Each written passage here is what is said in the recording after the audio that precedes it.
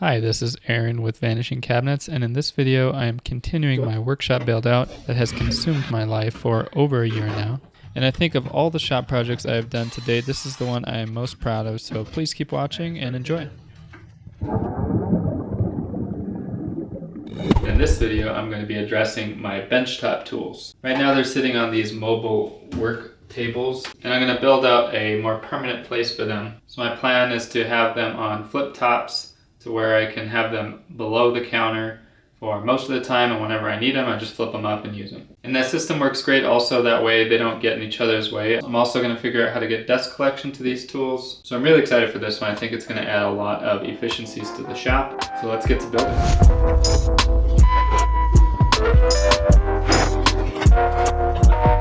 I have been needing to do this build for a long time now. The temp setup I had was just brutal with all the dust and the instability of the tools and really just the disorganized chaos happening in the shop. And there's definitely something to be said about how a disorganized shop really sucks away the motivation to build things. So this project was really a no-brainer for me to get to work on, and since I'm going to be adding organization with flip tops, I needed to get to work on some cabinets.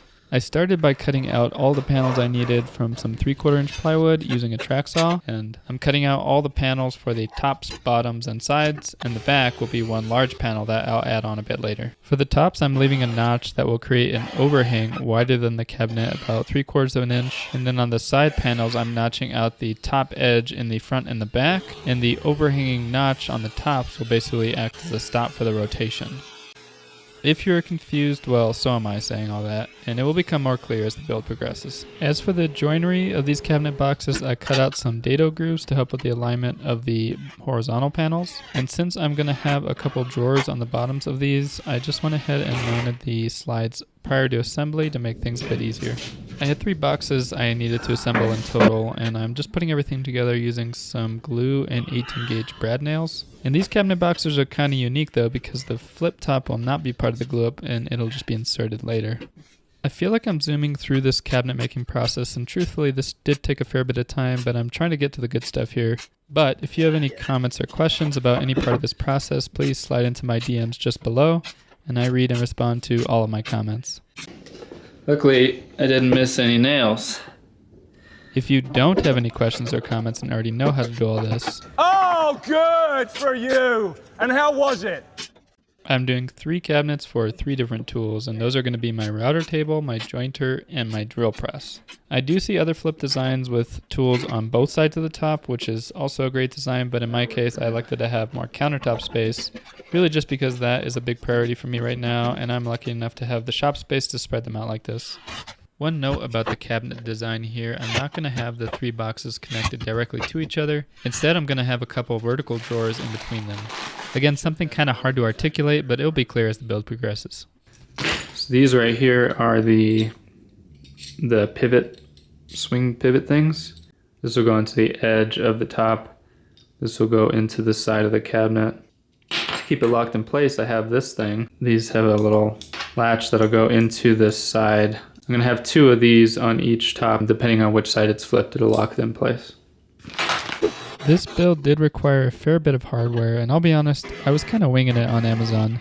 There are probably kits for this kind of thing somewhere, but I'll leave a link to the description of all the hardware that I used.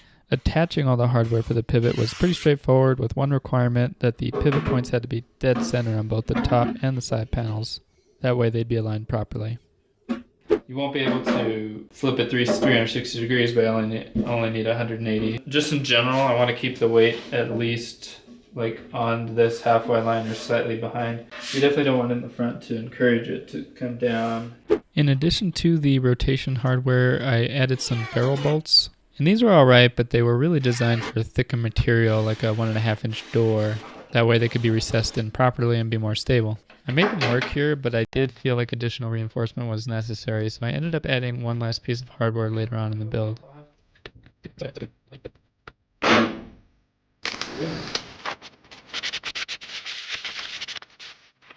I remember when I first saw this garage, and I had visions of greatness.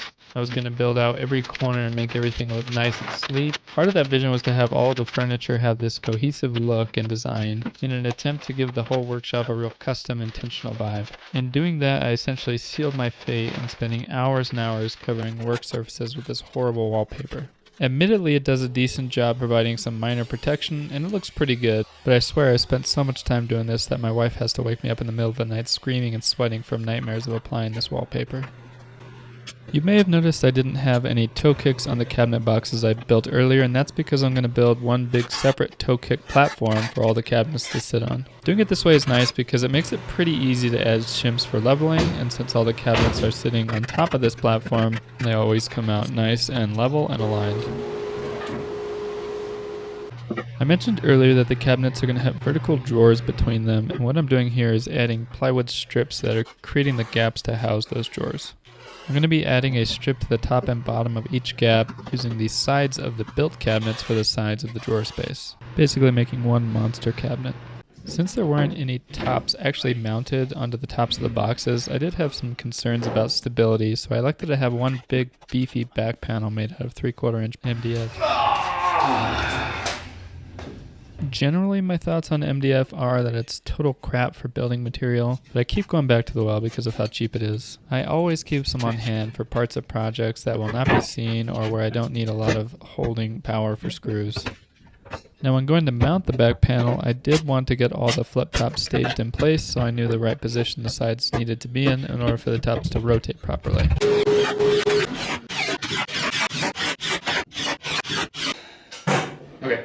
Unfortunately, I had already permanently attached my router table to its flip top, so getting this into place proved to be a bit of a challenge. For some reason, I thought I would not be able to flex the sides enough to get the router table out after it was already in, so I elected to try and lift this whole thing up with the tool on there. I know I make it look like light work, but my chiropractor was really getting his money's worth after this lift. As I do with all my videos, I have the total costs I spent on this project here. Not including tools, I spent a little over $800, and the main callout I have on this list is the dust collection accessories, which were close to $400. That includes the tubes, the blast gates, the hose clamps, and whatnot, and I don't know if I was just not shopping around enough, but the accessories ended up costing me more than the actual dust collector, which seems absurd, so fair warning, if you're going to be setting up a dust collection network like this, make sure you save up. Anyway, back to the build. I got to work making some drawers that would go in the leftover empty spaces towards the bottom of the cabinets where I had room.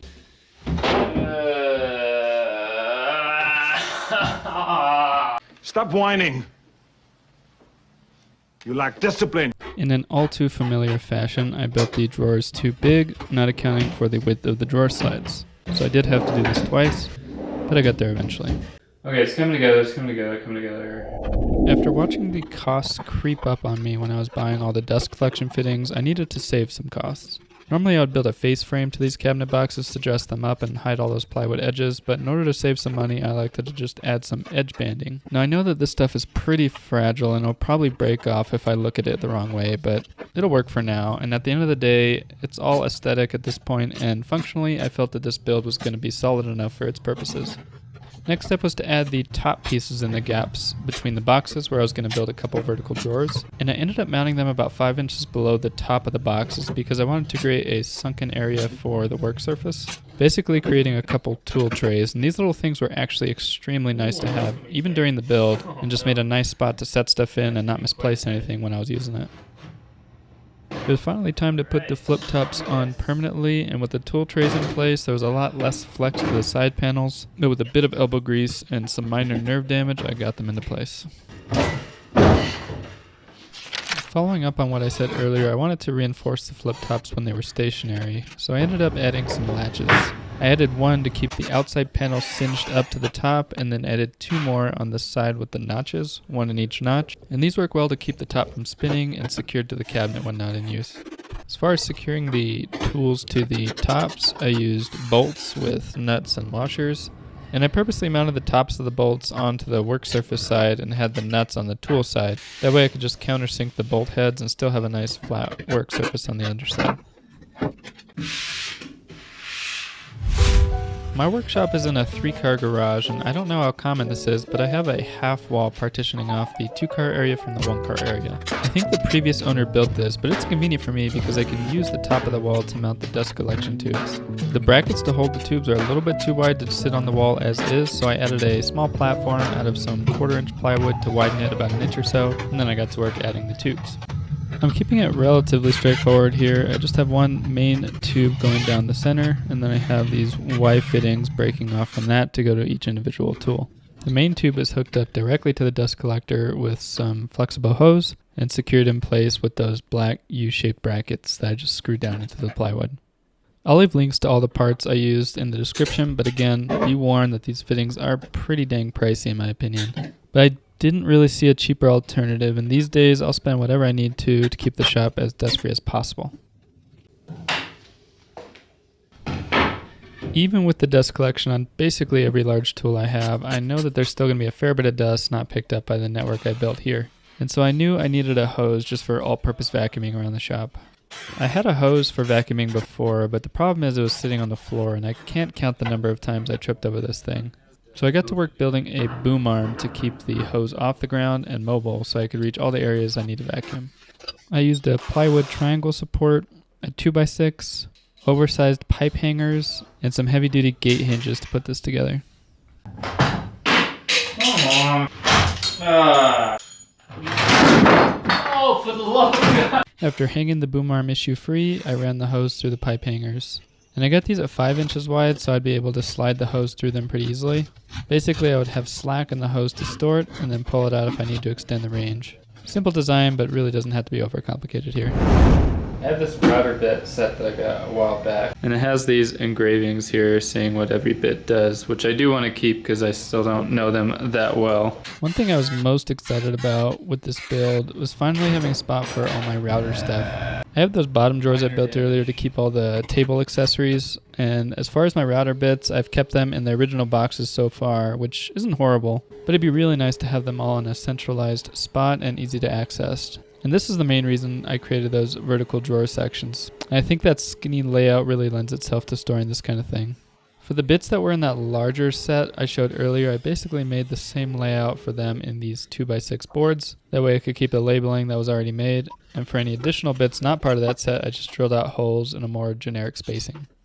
I originally bought this big set thinking I would use a lot of them, but really I've only used about 10% at best. And while it's nice to keep up appearances with a robust collection like this, the truth is they really mostly just gather dust in my case. Router bits are also weird because you can get the same bit, like a chamfer bit for example, for $15, and then Freud or one of the other big names will charge $110. My question for the audience here who has experience with this, are the expensive ones really worth spending that kind of money on? Are there specific types of bits that you really should get the more expensive ones, or is there not a massive difference? Really, please let me know your thoughts on this because I've been hesitant to spend a lot of money on bits without really knowing if it's worth the money.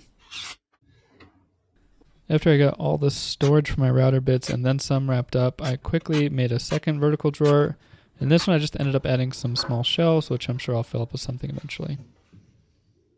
With the fourth and final drawer built, it was time to get to work on the last part of this build, and that is the drawer fronts. If you've seen any of my previous builds, I've been pretty consistent with my drawer front style, and these ones are no different. I'm going to be making some shaker style drawer fronts using maple for the rails and stiles and 1/4-inch plywood for the panel. This is a great excuse for me to use my newly made router table. Basically I modified my Bosch router table and added a liftable top and some better dust collection. And I must say it was really nice using this. I did put a video out on this build not too long ago, so check that one out if you're curious on the process. Obviously this isn't a detailed tutorial on how to build these drawer fronts, but leave me a comment if you have any specific questions on these. And I do go into more detail in my workbench video, which I'll leave a link for in the description. And speaking of that workbench, I did get a lot of questions on how the laminate flooring top is holding up, and it's been about 9 months now and it's still holding strong. And really, just look how easily this glue scrapes off. And I gave the drawer fronts a quick run through on the planer to flatten any of the protruding edges. I'm going to put this spacer board in here so that panel doesn't suck in. These are inset drawers, just like the rest of the drawers in my shop, which means they are sitting back from the front of the cabinet instead of having an overlay on the face frame. I'm leaving a 1/16 of an inch reveal around all the edges, and to mount them in place, here's the steps. Step 1. Drive a couple screws through the face into the drawer through the holes pre-drilled for the handles. Step 2. Open the drawer and drive in screws from the inside of the drawer into the drawer front. Step 3. Unscrew the screws that were in the drawer pull holes. Step 4. Finish drilling out the drawer pull holes. Step 5. Mount the drawer pulls. Alright, it's all done. I'll just quickly go through the features. One thing that's nice about having my planer right here is because I get some additional outfeed support. To flip them, I just have this latch here, and then I have this barrel bolt, this latch.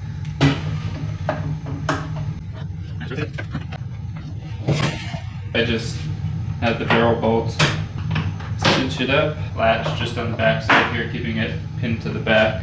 You just plug it in, and then I just hook up the two dust collection hoses. They all flip the same way. The drill press.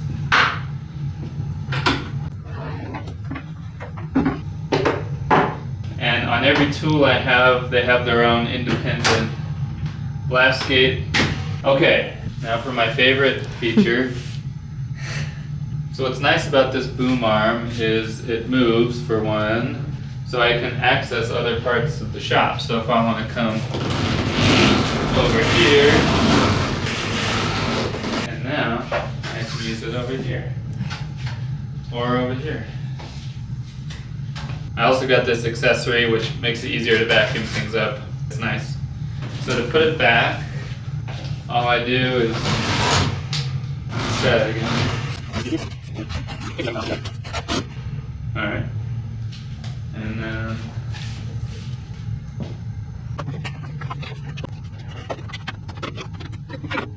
alright, that's going to be it for this video. Thanks for watching, and I'll see you on the next one.